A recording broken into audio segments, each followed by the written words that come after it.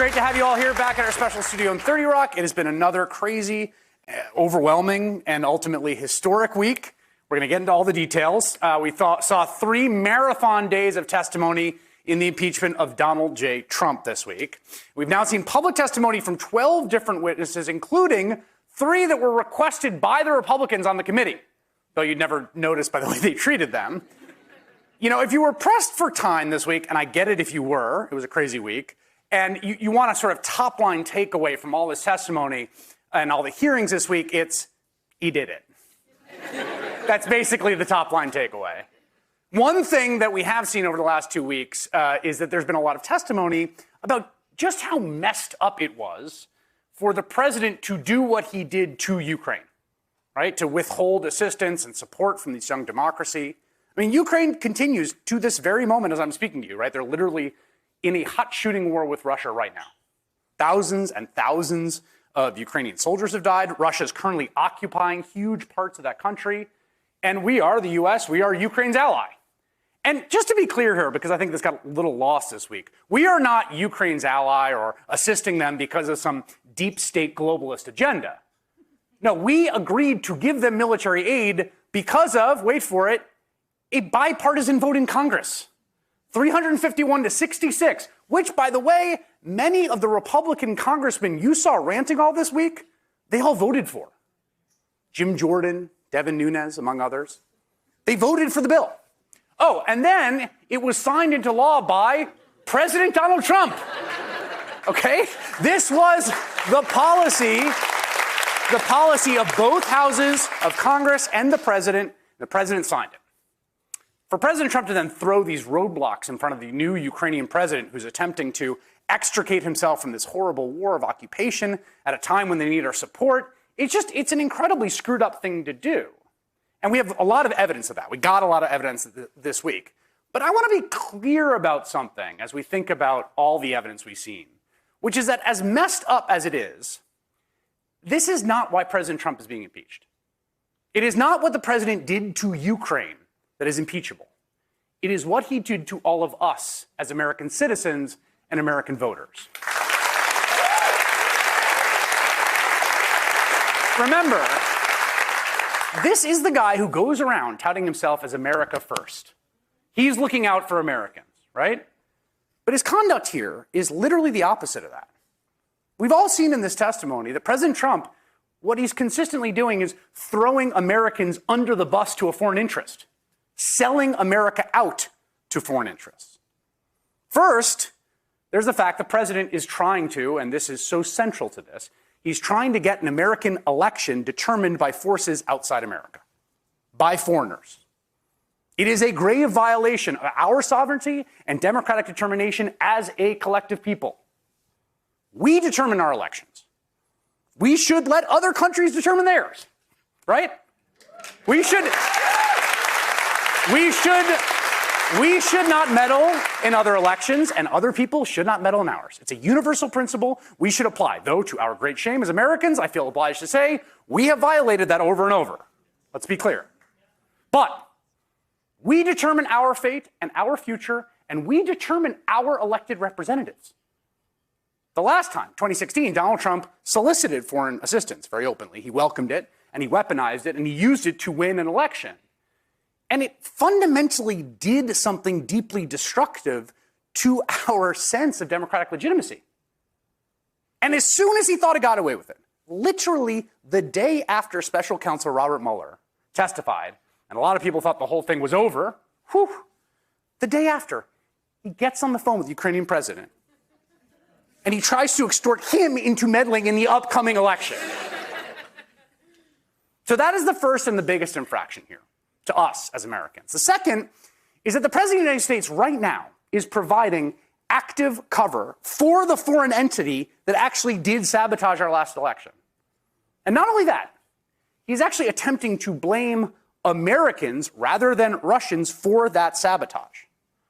And that shows up in the part of the Trump's phone call with the Ukrainian president that honestly people talk the least about because I honestly think it is so cringe-inducingly nuts. And it's the conspiracy theory that made its way into the president's brain and into that phone call with the Ukrainian president.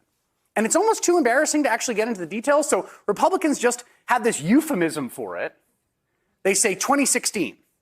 Have you heard that, right? In the hearings? You wanted to investigate 2016. That's a shorthand. Trump didn't say 2016 on the phone call. Check the transcript. He said CrowdStrike. Look at the call notes. Quote, I would like you to find out what happened with this whole situation with Ukraine. They say CrowdStrike. I guess you have one of your wealthy people, the server. They say Ukraine has it. What is Zelensky thinking at that moment? So 4 months after the call, the president is still parroting that insane conspiracy theory. Literally this morning on Fox and Friends, President Trump repeated the exact same thing, almost verbatim. A conspiracy theory, which I'm going to explain in a moment, is so nuts, it's so out there, that even one Stephen James Ducey, sitting on the curvy couch, staring dead-eyed into the camera as the president ranted, was forced to raise his voice with a gentle reminder that we live on planet Earth. A lot of it had to do, they say, with Ukraine. But Mr. President, it's very interesting. It's very interesting. They have the server, right, from the DNC, Democratic National Committee. Who has the server? Now, the FBI went in and they told him, get out of here. You're not kidding. We're not giving it to you. They gave the server to CrowdStrike or whatever it's called, which is a company owned by a very wealthy Ukrainian. And I still want to see that server. You know, the FBI has never gotten that server. That's a big part of this whole thing. Why did they give it to a Ukrainian company? Are you sure they did that? Are you sure they gave it to Ukraine? Well, that's what the word is, and that's what I asked actually in my phone call, if you know. Right. I mean, I asked it very point blank because we're looking for corruption. Are you sure they did that, Mr. President? Are you sure about that? Again, just bear with me here while I have to explain what those words mean, because almost no one takes the time to explain it. Do you feel like that? Because it's so wild. Like the CrowdStrike, okay, just to be clear, CrowdStrike is not a Ukrainian company, okay? It's an American one, and it's co-founded by a guy who was born in Russia who is an American citizen. And it is a publicly listed cybersecurity company based in Silicon Valley, in good old Sunnyvale, California. In fact, get this, they have a contract with the Republican Party right now. They do digital security for Fortune 500 companies all over the country. And they happen to have a client back in 2016, the Democratic National Committee, the DNC, who got hacked in 2016.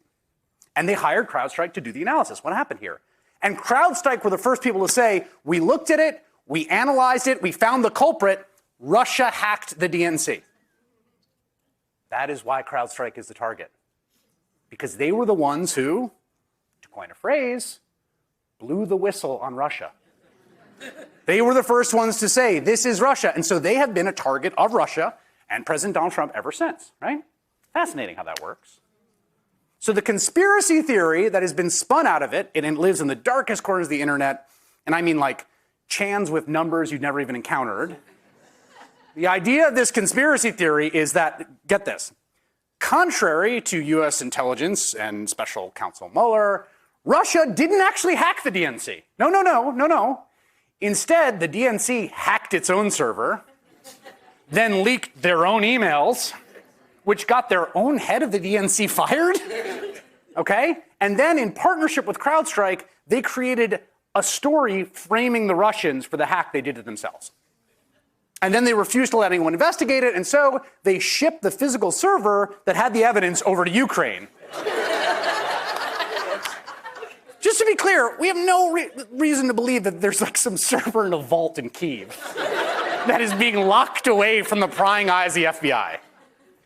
But the whole CrowdStrike conspiracy theory, it is, I want to be real clear about this. It's like 9/11 truther level. Nuts. All right? Because what it says is that the attack that happened on America was actually done internally by Americans to themselves. That's what he's saying when he says that. And that is vile slander against Americans. And it's vile slander all for the purpose of giving cover to the actual Foreign Intelligence Service that committed a grave crime against us, the American electorate. So that's two things. Third thing, that is an American betrayal, a betrayal of Americans. And it has to do with President Trump, what he's asking be done to the Bidens. And I don't think this part of it, honestly, has gotten enough attention. Typically, nations are jealous guards of their own sovereignty and of their own legal process, right? I mean, we want to deal with American citizens ideally in American jurisdiction. We tend to be a bit suspicious of other countries' judicial systems. But what's happening here is the opposite. The President of the United States is taking a private American citizen and trying to get a notably corrupt country, Ukraine, to attempt to subject him to their jurisdiction when he is not accused of any crime. If Hunter Biden broke the law, that is the U.S. Justice Department's business. And that's our business. And the American first guy, right? The guy who talks about standing up for Americans, he's pushing a foreign country to pull an American into their system, to sell out an American citizen who is not accused of any crime, and attempt to sacrifice that person at the altar of a foreign judicial process that is notably corrupt and is not our own. And that's not the way it works, or it shouldn't work. You know, we actually have a version right now of the way it should work. And that's with Rudy Giuliani's buddies, Rudy and his buddies Lev and Igor. You know him, you love him. So basically, there's an investigation in the Southern District of New York by U.S. authorities, and they have a factual predicate for that investigation. And then they get probable cause to get an indictment, right? They have to go through a U.S. judicial process. And the authorities get an indictment and it looks like, to have secured cooperation from Ukrainian officials without the president making a call to order it. The president doesn't do that. That's for the line prosecutors to do using established international protocols. And Lev and Igor are being prosecuted here in our country under our laws with our constitutional protections because they're Americans. And what the president tried to do in Ukraine is a fundamental betrayal of his duty. Because the president, and I know he doesn't believe this, but it is true, the president is the president of Hunter Biden too. He is. Because Hunter Biden is an American citizen, and it is the president's duty to protect all American citizens from the deprivations of foreign judicial systems. In fact, it is really the president's job to represent all of America's national interests. That's the job. That's the job. He took an oath to take care that the laws are faithfully executed. And he has used the position to benefit himself instead, and not just to benefit himself. He benefits himself at the cost of the American interest, at the cost of American citizens, at the cost of Americans' reputation, at the cost of American sovereignty and self-determination over our own electoral process. And that is the reason that he is being impeached. Hey there, I'm Chris Hayes from MSNBC. Thanks for watching MSNBC on YouTube. If you want to keep up to date with the videos we're putting out, you can click subscribe just below me or click over on this list to see lots of other great videos.